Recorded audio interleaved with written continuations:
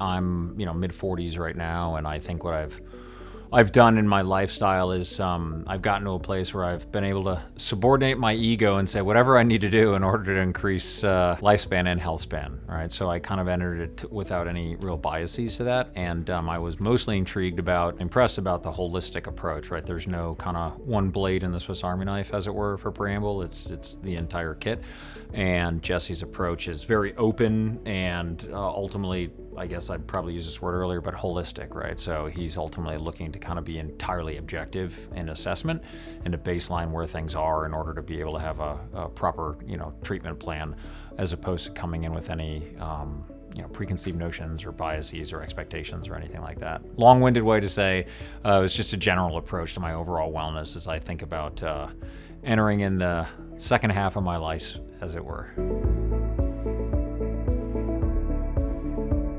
Well, you're going to get it from a layman, not somebody who's in the industry. My interpretation, we ultimately think of our lifespan as, literally what is implied in that is how long we live.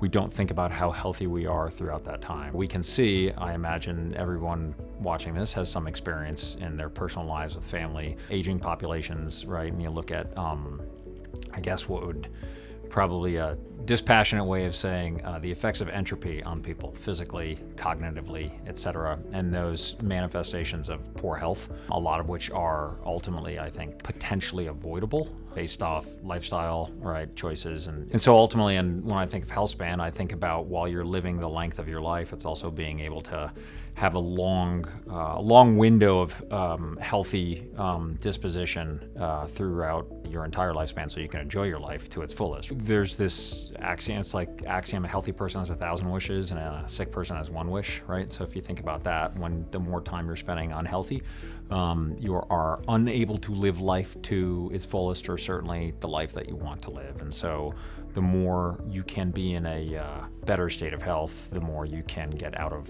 the entirety of your lifespan.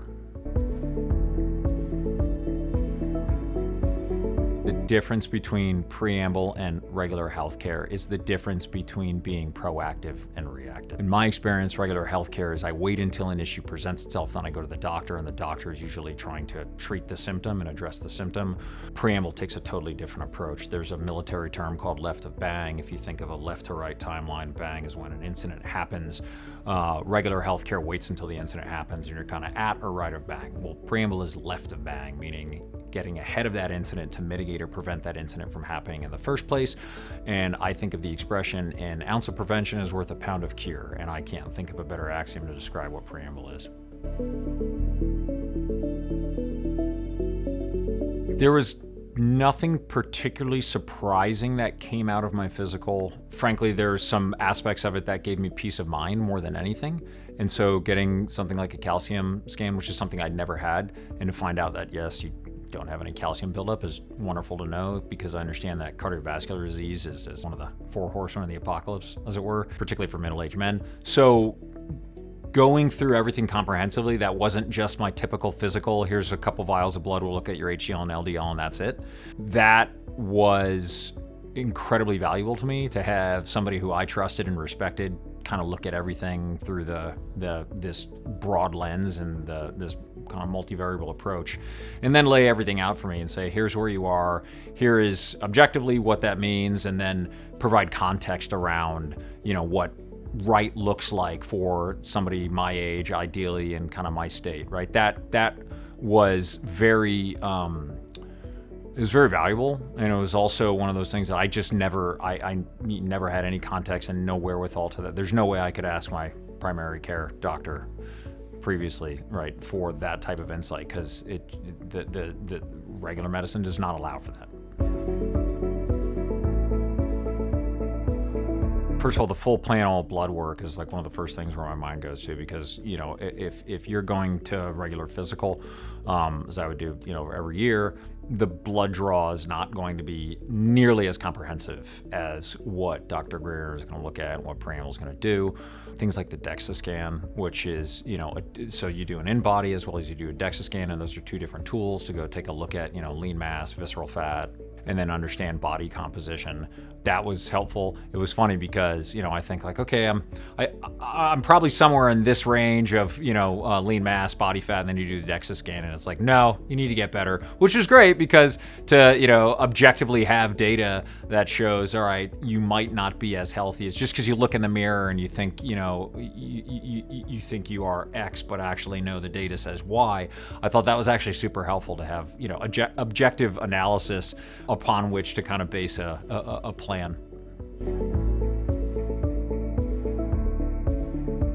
Some of his key recommendations came after I was tracking my consumption, so it wasn't as strict as weighing and measuring food all the time, but he made it such to the point where I could actually have an idea of how many calories, what my macros look like. And then one of those recommendations was you need to up your protein. And it's something I never really thought about.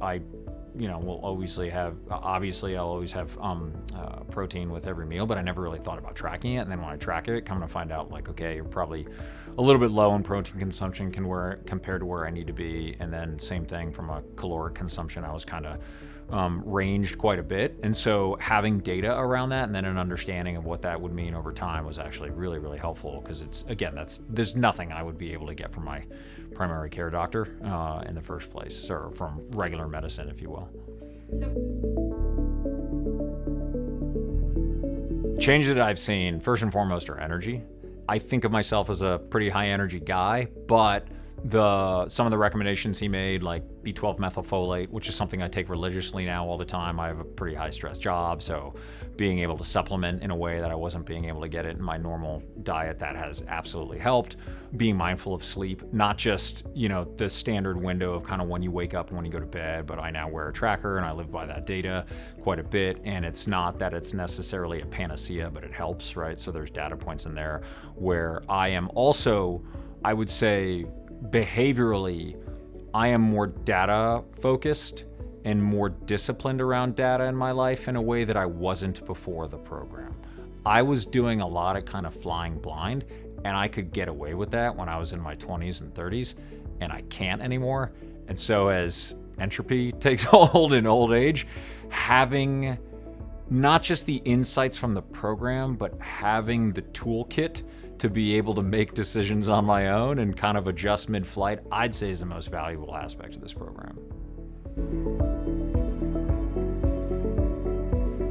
I don't know that, and maybe he might appreciate me saying this, but there are times where I might make a decision either getting into the pantry, looking through the food or not, or do I wake up a little bit earlier to do a 30-minute weight vest walk with the dog or not, or do I, and honestly, it's like, having Dr. Greer over my shoulder, just not even say anything, but just kind of his face look at me. I'm like, okay, I'll make the right decision only because. So there's a persistent sort of feeling that you get that comes with this knowledge that empowers the right decision making moment to moment. And that's ultimately what matters, is our behaviors, which is just making the right decision from moment to moment.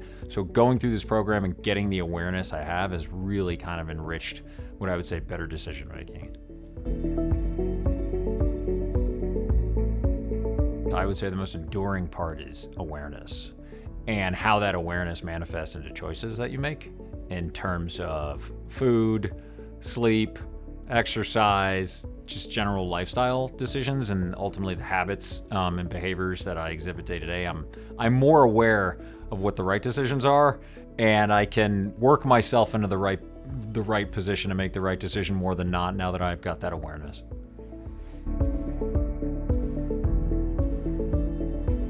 I'd say if the alternative is to wait until something bad happens to you physiologically, I don't think that that's really a prudent course of action. And I also subscribe to that an ounce of prevention is worth a pound of cure. And so particularly for anyone who is entering middle age, I would say, really owning your health and well-being is a decision that is not only for you, but for your family. You are a spouse, potentially a parent, partners, families, business associates and teammates relying. You have a lot of people relying on you. You have a lot of responsibilities. And I think that taking control of your health in a proactive manner is the best thing you can do to honor those commitments and honor those responsibilities, not just to yourself, but to everybody who's depending on you.